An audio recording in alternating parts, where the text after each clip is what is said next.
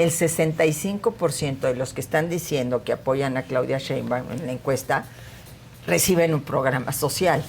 Ahí se nota la evangelización que se ha dado de esos programas, haciéndole creer a la gente que es algo que les entrega. No, está la encuesta de Roy Campos, que presentaron otra encuesta aquí el día del postdebate que tuvimos con Adela. La del Financiero. No, la de Rodrigo, de la Cera, sí. Pero no 30 puntos arriba. no la de Roy. Pues, sí. Pero en la encuesta de Roy es muy interesante porque trae a Claudia arriba, en efecto, pero hay una pregunta muy sintomática. De todos esos, ¿cuántos reciben programas sociales? El 65% de los que están diciendo que apoyan a Claudia Sheinbaum en la encuesta reciben un programa social. Ahí se nota la evangelización que se ha dado de esos programas, haciéndole creer a la gente que es algo que les entrega. A mí me llama mucho la atención el de adultos mayores. Me lo da por primera vez López Obrador. Oye, pero es que ya lo recibías, ya lo tenías de otros sexenios, ya... No, él me lo da. O sea, porque se ha hecho creer que esto es del presidente para ellos. Dinero del casi que se saca sus 200 pesos de la bolsa y se los da a cada uno de los viejitos. Entonces, esta parte sí es la delicada, esta parte es la que están ahorita manejando con los siervos de la nación, que es una estructura paralela que mañana tiene el chaleco guinda con siervos de la nación, mañana se pone el chaleco guinda con Morena. Es decir, son los mismos que ya te conocen a ti, Jesús Silva Herzog, que he ido a tu casa durante 5 años y que ahora voy a que votes por nuestra candidata, que votes por toda la cascada. Entonces, esto es lo que hay que cuidar muchísimo y ojalá el INE, que pero nos está quedando a deber, pudiera contener todo esto, ¿no? Yo creo que ese es otro tema clave de este proceso del 2024, la ausencia del árbitro. Completamente. Me parece que desde el primer minuto del partido se permitió que se empezara en el momento en que se le dio la gana al presidente de la República, cuando él dijo, ya quiero abrir el juego, estas son mis corcholatas, así les llamó tan despectivamente. En ese momento empezó el proceso electoral y el instituto lo que hizo fue, pues, engáñame, di que esta no es una precampaña, llama a tus precandidatos de otra manera, habla del comité de defensa de no sé qué, para que hagamos como que no estamos viendo lo que todo el mundo está viendo. Y creo que esa ha sido la marca de esta elección, en donde no ha habido una autoridad, que el Instituto Nacional Electoral no ha asumido su responsabilidad como autoridad electoral. Porque si hay violaciones, pues las estamos viendo todas las mañanas, violaciones a la ley, en donde el presidente de la República transgrede una legislación que él mismo promovió porque advertía que Vicente Fox estaba empujando la balanza a favor de Felipe Calderón, y por eso se cambió la ley. Entonces, creo que no puedo hablar del debate, pero se avienta 45 minutos hablando del debate. Ahora, el árbitro electoral dice aquí en la línea que nos pasa Adela Miche, yo sigo la línea. Dice periodo legislativo. El árbitro electoral, siguiendo lo que dice bien Chucho, quedó mocho. El Tribunal Electoral, eso es muy importante. Muy grave para la legitimidad. Sé que les importa un carajo la legitimidad. La legitimidad es ese revestimiento para que luego sea obedecida a la autoridad, ese revestimiento de formalismos, de respeto a la ley. Dejamos en el Senado 100 nombramientos. Los 2 magistrados de la Sala Superior del Tribunal. No hay quórum para calificar la elección presidencial. Así es. Segundo, un magistrado por cada una de las salas regionales, las 5 salas regionales, el INAI, tribunales agrarios, en fin, una serie de... ¿Por qué? Pues porque no les dio la gana. Leyes y... Si hubo algún intento de una comisión gubernamental para revisar el COVID, y acabamos en el Senado de la República, con pena lo digo y ofrezco a los ciudadanos una disculpa, acabamos viendo cómo descabezaban una gallina, y el último evento El último evento del Senado fue rendirnos a las Fuerzas Armadas. Un evento a la Marina, se lo merezca o no, fue el último evento, rendidos a la Marina. Jamás lo hubieran hecho. Ni Francisco Zarco, ni Melchor Ocampo, ni Ponciano Arriaga menos. Los verdaderos liberales, los verdaderos juaristas, jamás hubieran terminado su congreso, desaparecieron al Senado, pero en su congreso, rindiéndole pleitesía a los militares. Así acabó el Senado ayer, el Senado de la República, rendido a las Fuerzas Armadas, haciendo una caricatura del militarismo. Otra vez, continuismo quiere Claudia, dijeron que iban a meter a los cuarteles a los soldados. Y los cuarteles están hoy por hoy vacíos. Y están llenas las aduanas, los aeropuertos, el metro, el aeropuerto lleno de militares en la Ciudad de México. Entonces, pues eso es grave. A mí me parece que hay que subrayar lo que dices de los huecos que deja el Senado de la República en puestos cruciales para el país. El hecho de que tengamos nosotros ante este proceso electoral los órganos que van a ser los últimos revisores de todo este proceso con asientos vacíos es increíble. Injustificable. ¿Cómo es posible que tengamos nosotros ese tribunal con lugares que no se han llenado porque no le da la gana a la mayoría hacer su trabajo? Esa no es una tarea en donde podemos decir, bueno, pues es que hay que hacer una ley que finalmente tiene que ver con iniciativas, con propuestas. Pues esta es una obligación de la representación nacional. Este es un deber del Senado de la República de llenar esos puestos en los tribunales electorales, en el Instituto Federal de Telecomunicaciones, en el INAI. Si no les gustan esas instituciones, ni modo, tienen que cumplir con esa obligación. Porque son mayoría calificada, porque tienen que hacer política, porque tienen que dialogar con el otro. Ese es un gran punto. Ese es el punto. Claro. Ese es el punto. Si son mayoría simple, los metimos. Sí, al cónsul de no sé dónde, pero como son mayoría calificada y la posibilidad de captura del Poder Judicial, de saldivarizar el Poder Judicial, no lo pudieron hacer, pues entonces mejor la silla vacía. El INE, ¿cómo puede haber un poder legislativo que no está dispuesto a negociar con el otro, que no está dispuesto a dialogar con el otro? Además, desde la posición de ser la mayoría, que tiene que hacer simplemente alguna concesión, que tiene que recibir alguna propuesta, pues porque la batuta la lleva la mayoría naturalmente. Pero hay que hacer ese trabajo de sentarse con los que están del otro lado política. Y eso no les da la gana. Porque hay esta idea de que ellos tienen la legitimidad completa y los otros son pues despreciables, que no representan a nadie. Ayer se reunieron solo con los diputados de Morena. Los hicieron ahí formarse para firmar su cachuchita, ¿no? Y por ejemplo, cuando nada más rápido, cuando el contrapeso, el checks and balance, como dice Chucho en clase, el contrapeso es favorable al presidente, bien. Lenia Batres a la Corte. Después de 2 vetos. Por eso no, pero está bien. Pero está en la Constitución. Pero cuando el contrapeso del INAI, que en la primera vuelta tiene que ser por 2/3 partes, no jaló. Pero cuando se baja el umbral, la propia Constitución habla de la segunda vuelta 3/5 partes, no se usa porque ya no se puede entrar a dialogar con la oposición.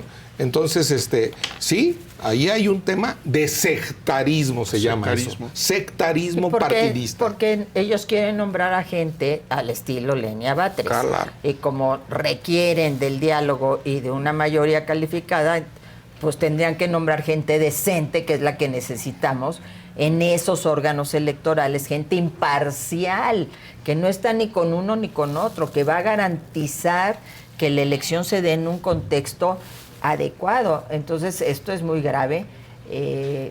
Y a mí lo que me llama mucho la atención es como al final de cuentas todos ahí están sacándose la foto y demás, dejando estas deudas en materia legislativa enormes. Y bueno, y entre otras cosas, el plan C del presidente se quedó para mejores tiempos. Creo que esto es algo importante, ¿no? Pero ¿cómo vamos a tener unos órganos electorales que están medio colonizados ya, que estamos viendo que no actúa, sobre todo el INE, con la presidenta al frente, Guadalupe Tadei, que no actúa, que no tiene firmeza, que al presidente está en la lógica, más vale pedir perdón que pedir permiso, y entonces nada más le dicen, borra esto, quita esto, ya no digas, pero todos los días vuelve a decir y vuelve a intervenir? Y yo me pregunto, ¿les hubieran permitido a los sexenios de Peña, de Calderón, de Fox, que no nombraran a los del Tribunal Electoral? No. ¿Hubiera sido eso posible? Hubieran cerrado Reforma, hubieran hecho un escándalo. Es que eso es lo más grave, la incongruencia entre lo que se hacía antes, cuando se era borracho, a lo que se hace ahora cuando se es cantinero. Es decir, se impide un funcionamiento normal de los órganos que nos dan certeza, tranquilidad con relación al proceso electoral. Y me pregunto, ¿y por qué lo están haciendo? ¿A qué le están apostando? Porque esa es la gran pregunta que nos tenemos que hacer. Y lo relaciono con el último tema. ¿A qué le están apostando? ¿A qué tipo de votos le están apostando? Cuando en esta mesa el otro día se dijo que 35 millones van a votar probablemente por Claudia Sheinbaum, yo digo, caray, ¿de dónde? Y entonces me quedé reflexionando, Adela, cuando veo que están renunciando candidatos y candidatas en todos lados por el miedo, ¿no? Por el miedo al crimen organizado, por las amenazas. Entonces, ¿de dónde van a venir esos votos? Porque la gente no va a salir a votar en muchos lados por miedo. Si están renunciando sus candidatos, están quedando hasta sin candidatos, ¿cómo se van a llenar esas urnas? ¿Quién va a estar poniendo votos en esas urnas? Es muy grave lo que va a pasar. Si en el 21 ya vimos cómo levantaban a representantes de casilla un día antes, los secuestraban 24 horas para impedir que hubiera una observación y una vigilancia del proceso electoral por parte de los partidos opositores, que se está preparando para este 2 de junio, para tener 35 millones de votos. O sea, yo nada más me los imagino llenando boletas en donde la gente no va a poder votar y entrar, meterlas en las urnas, porque no hay otra explicación posible. No hay nada que te indique en el territorio, en la percepción de la gente, en el Uber que te subes, en el taxi, en la esquina con quien hablas, que eso sea factible. Esta es una elección que va a estar competida, pero no tenemos ni los órganos electorales y tenemos una presencia brutal del crimen organizado que puede ser un factor decisivo en el proceso electoral. Yo subrayo lo que dice Rosario, hay un silencio de la expresión del sufragio. Hay un silencio de decir por quién vas a votar, por dos factores, y comprensibles absolutamente. Nadie te va a decir en Apaxingán, en Tamaulipas, en Zacatecas, por quién va a votar por miedo al crimen, a la delincuencia. Y también hay gente justificadamente, nadie te va a decir por conveniencia, porque le llegan 4 programas sociales. Sí, a cada familia. A cada familia. ¿Por qué? Porque los voy a poner en riesgo al expresarte, y al final si los convencemos de que los programas se quedan y que son, insisto, un piso, no un techo, y que el mejor programa social es generar empleos, crecimiento y que no se van a quitar los programas, sino que van a ser, como diría Fox, un copeteado a tu trabajo. El programa social veracruzanos no es un puerto de llegada. El programa social es un puerto de salida, de donde sale tu hijo y llega a otro puerto con empleo, con seguridad social, con medicinas. No te lo gastes el programa social en comprar medicinas, no te lo gastes en una canasta básica que ha subido casi 1,000 pesos. Xóchitl dijo el aceite, el frijol, la leche, el huevo. Dijeron que la gasolina 10 está 24, sí. Pues ha sido un gasolinazo silencioso sexenal. No, y además lo que implica la extorsión sobre el aumento de todos esos productos. Que además, por eso Xóchitl entró con el tema de la extorsión, que todo el mundo dijo, ¿por qué? Pues porque está afectando la economía, porque tiene que ver la economía con la extorsión, desde luego que tiene que ver, ¿no? Yo creo que sí hay muchas evidencias de que hay una parte del país, hay un territorio en el país en donde la democracia no pasa ya. en donde no hay condiciones mínimas de libertad para votar, que no puede la gente expresar públicamente su deseo de ser candidato, porque quien filtra esas candidaturas es el criminal. Así es. Las balas están decidiendo quiénes pueden ser candidatos y quiénes no pueden ser candidatos. Las balas están también comprando aspirantes a puestos de elección popular. Y yo creo que podemos decir muy claramente, en esas zonas no hay un sistema democrático, hay otra cosa. Y por el otro lado, pues me parece que está todas estas estructuras del clientelismo político que se han revivido en estos años muy intensamente, ¿no? Pero y ahí es donde imagínense. tendríamos la urgencia de tener un árbitro que se cree la función arbitral. Claro. No que está simplemente viendo como espectador cómo se golpean en el campo, ¿no? Y que sea capaz de vigilar, porque yo me imagino un poblado en Zacatecas, donde un día antes secuestran a los representantes de la oposición y los guardan. Y entonces solo van a estar los de los partidos coaligados con Morena. ¿Qué va a pasar ahí? Con todas las boletas que se entreguen, ¿cómo se van a llenar? Es decir, si además está el cuate en la esquina con el arma. Esto es algo que yo sí me pregunto muchísimo. Es decir, no lo vamos a ver en la Ciudad de México. Es muy difícil. Pero en estos lugares de Zacatecas, en estos lugares de Michoacán, en estos lugares de Guerrero, en estos lugares donde está de Tamaulipas, del propio Chiapas, ¿no? Donde está el crimen organizado con esta influencia territorial y son los que controlan el territorio, ¿qué va a pasar si desaparecen un día antes a los vigilantes representantes de casilla de la oposición como lo hicieron en el 21? Esta es una pregunta que sí debiera estar con la experiencia del 21 como uno de los grandes temas del INE para ir a esos territorios y ver y checar y garantizar, porque si no, no va a haber elecciones libres. Pero no lo traen como tema. No, claro que no. Firmaron su pacto que dice para proteger, cuando es tarea del Estado proteger a la gente, no del INE, el INE con qué va a proteger, y ya, son actos protocolarios, pero en la realidad la gente les está renunciando y no es un escándalo a las candidaturas, no es un escándalo. ¿Por qué no es un escándalo? Eso es lo que no se explica. Estamos ya normalizando esta violencia, ¿no? La violencia. Sí, yo creo que la manera en que hemos incorporado la barbarie a nuestra información cotidiana nos ha hecho muy insensibles a cosas que tendrían que alertarnos, a generar alarmas en todos nosotros. Y está pues un poco entre la noticia del fútbol y el clima, y hay otra, el descubrimiento de otras fosas clandestinas, ¿no? Así es. Creo que eso es terrible en términos colectivos. Me parece brutal lo que hemos vivido en la última década. Sí. No, pero la verdad, digo, suena un poco filosófico, pero nos estamos deshumanizando, Adela, esa es la verdad, y este gobierno ha deshumanizado. ¿Por qué? Porque pone una ley de amnistía para amnistiar criminales, y en el centro de esa ley de amnistía está el presidente de la República y su poder. Y no la víctima y la verdad y la reparación integral del daño y la garantía de no repetición, para generarnos un perdón entre los mexicanos, claro. Una convivencia sana. ¿Eso qué se llama? Eso en un gobierno que dice humanista, que habla del cristianismo, que cita, ¿cómo dice el Señor? Como, no sé, a Jesús creador, no sé qué. O sea, estamos viviendo una deshumanización a la que nos debemos resistir.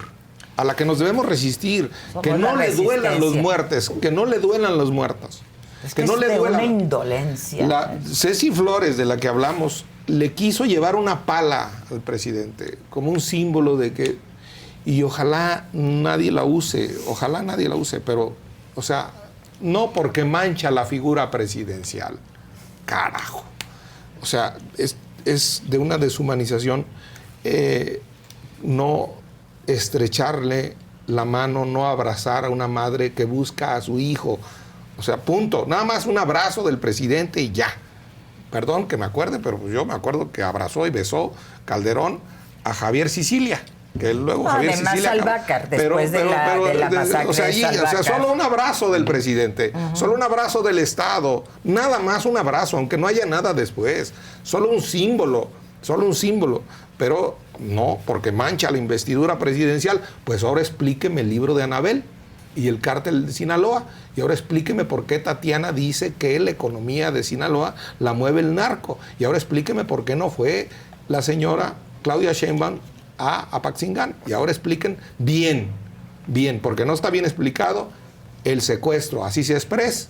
Eso de secuestro express no me gusta. Es secuestro sin el express. Es secuestro. A 1 hora es secuestro. Pues estuvo 2 días. 1 hora es secuestro. Si a mí me retienen 1 hora, es secuestro. Aquí nos secuestra Adela Micha. Un secuestro del obispo Salvador Rangel, que él andaba promoviendo esto de la paz. La tregua, la paz. Y ya lo habían amenazado. A mí aquí me lo dijo. Explique eso. Si no lo explica, se llama un gobierno indolente. Y eso es un gobierno inhumano. Pero también somos indolentes los mexicanos Sí. y las mexicanas de que ya no nos conmueve este dolor, que ya no nos mueve este dolor. Alguien decía hoy en la mañana a propósito del informe, en Twitter, alguien decía en Twitter, a propósito del informe de la Comisión Independiente, nadie con estos resultados de la pandemia en la Ciudad de México podría ser candidata a la presidencia en ningún otro país del mundo. Y nosotros lo permitimos.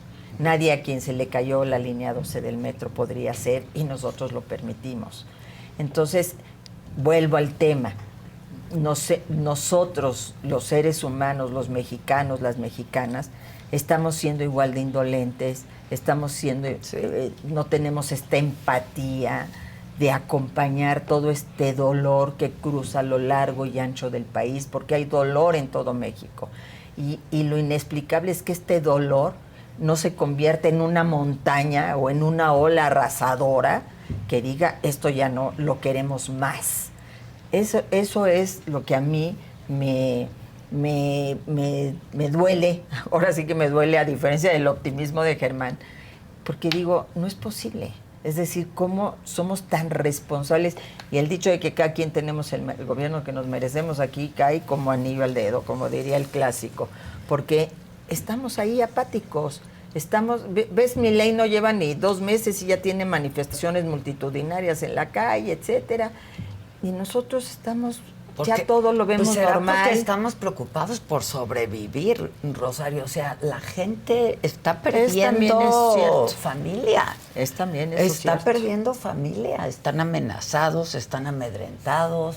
Sí, es fácil decirlo desde esta tribuna y desde este lugar y no desde Apatzingán. Ayer que fue el Día del Niño, yo daba unas cifras y detrás de cada cifra hay niños muertos, hay niños que no fueron vacunados, ¿no?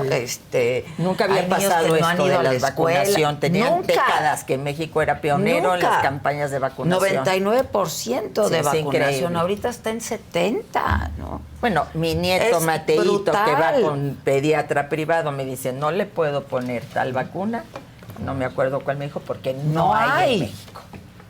Entonces, no hay medicamentos, no hay vacunas, no hay salud. El médico privado, Y entonces dices, ¿qué está pasando? ¿Cómo? Si siempre había vacunas, si era prioridad vacunar a los niños y a las niñas, y entonces has sacrificado a tu primera infancia. Sí. La quitaste escuelas de tiempo completo, les quitaste escuelas, estancias infantiles, no los vacunas, no hay medicamentos si tienen cáncer. Es decir, ¿qué estamos haciendo con esos niños y niñas que serán los ciudadanos y ciudadanas de mañana? Sí. Y que eventualmente... ¿Se lo hubiéramos perdonado a otro gobierno? Pregunto. Por supuesto que no. Pues creo que el rasero con el que evaluamos los gobiernos anteriores es muy distinto del que usamos ahora. Habría que y es por la figura, pensar por qué. Por la figura sí ha habido una capacidad de meter debajo de la alfombra toda la incompetencia, todos los efectos desastrosos de muchas políticas por quizá también hay algo de culpa personal, el hecho de estar recogiendo la galletita que nos mandan todas las mañanas y comentar lo que dice el presidente y no examinar lo que hace el presidente, Exacto. lo que provoca la presidencia. Y creo que en estos 5 o 6 años serán... pues el periodismo y la crítica es responsable de haber seguido la agenda del presidente y no haber seguido los efectos de la presidencia. Y creo que muchos no hicimos el trabajo que nos correspondía y seguimos mordimos todos esos anzuelos. Sí. Yo, como soy optimista, creo que hay. Pero allá yo abajo, no sé otra vez allá abajo, en qué documentas y con qué tu optimismo, Germán. Allá abajo hay una crítica en silencio, allá abajo Eso hay también es cierto. hay una insatisfacción, allá abajo hay quien no te cumplió con la cirugía, quien no te cumplió, 50 millones de mexicanos que no tienen acceso a los servicios de salud pública, quien no te dio las medicinas, ahí hay a 1 millón de muertos por el COVID, ahí hay... Y hay un momento de una sentencia, que es el 2 de junio. Allí, si todo esto que decimos se expresa abajo, también hay un programa social, también hay efectividad en el mensaje del presidente, sean mentiras o no. También hay una efectividad de un hiperpresidencialismo que se restableció en México. Eso es cierto, contra eso estamos compitiendo. Pero la realidad es, como toda realidad, espantosa. No todas Y las que puede realidades haber son espantosas, sorpresas, pero ¿no? La hay realidad bonitas gubernamental también. es espantosa. Pero puede haber sorpresas. ¿No decía el La presidente, realidad de acepten lo que les den y voten por quien quieran? Eso decía el presidente. Y voten por el PRD, así decía antes. Sí. Acepta lo que te dan y vota por el PAN, decía. o Morena se va y los programas se quedan, que es la de ahora. No, pero aquí lo que yo quisiera señalar es que lo que se ha manejado muy bien es el resentimiento, El ¿no? odio. El agravio. El Yo estoy clasismo. agraviada desde que los españoles llegaron a conquistar, Sí. ¿no? Es decir, es que sí te habla a cosas muy profundas que traemos en el ADN, y que probablemente nosotros, pues ya ni, digo, yo mi apellido Berlanga, ¿qué puedo decir, no? Pero hasta un pueblo hay así, que se llama así en España. Pero me refiero que le está hablando a la gente y hace un sentido todo esto. Es decir, es que nos vino a reivindicar, es que no hay vacunas, no, pero él nos vino a reivindicar de los que nos agraviaron desde hace más de 500 años. Punto. No hay discusión. Frente a eso, frente a ese acto de fe, porque eso es muy difícil combatir.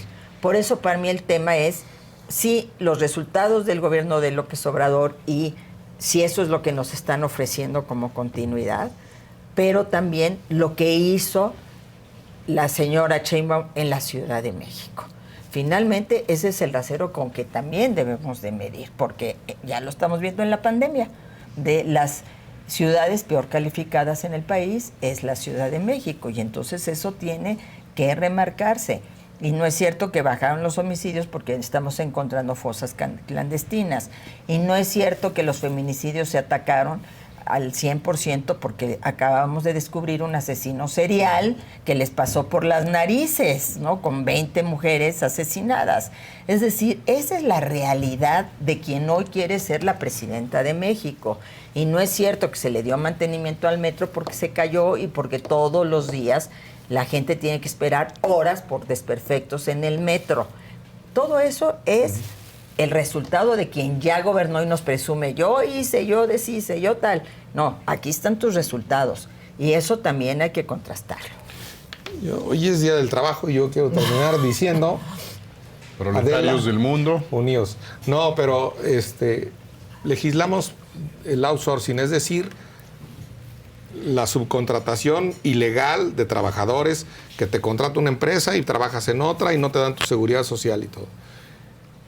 Frente a esa retórica que se hizo del trabajo, había outsourcing en Palacio Nacional, no sé si lo haya ahorita, no lo quiero afirmar, en Palacio Nacional, en las labores de limpieza. En el Senado 400 trabajadores están outsourceados del Fonatur y trabajan en el Senado de la República. La verdad, ¿De veras creen que esa gente come con nuestros discursos de los senadores y no siente que hay una simulación y una hipocresía ahí? Ahí está la esperanza. Y, chavos, dentro de la indiferencia, yo voy a decir algo que digo en las universidades. La corrupción no es de un político que da una lana y que vota. Esa es la expresión y el efecto de la corrupción. Y sí, es corrupción. Pero la corrupción empieza, chavos que me ven en las universidades, empieza por un joven que deja de soñar. Si un joven deja de soñar, empieza a ser corrupto. Deja de soñar con un país mejor.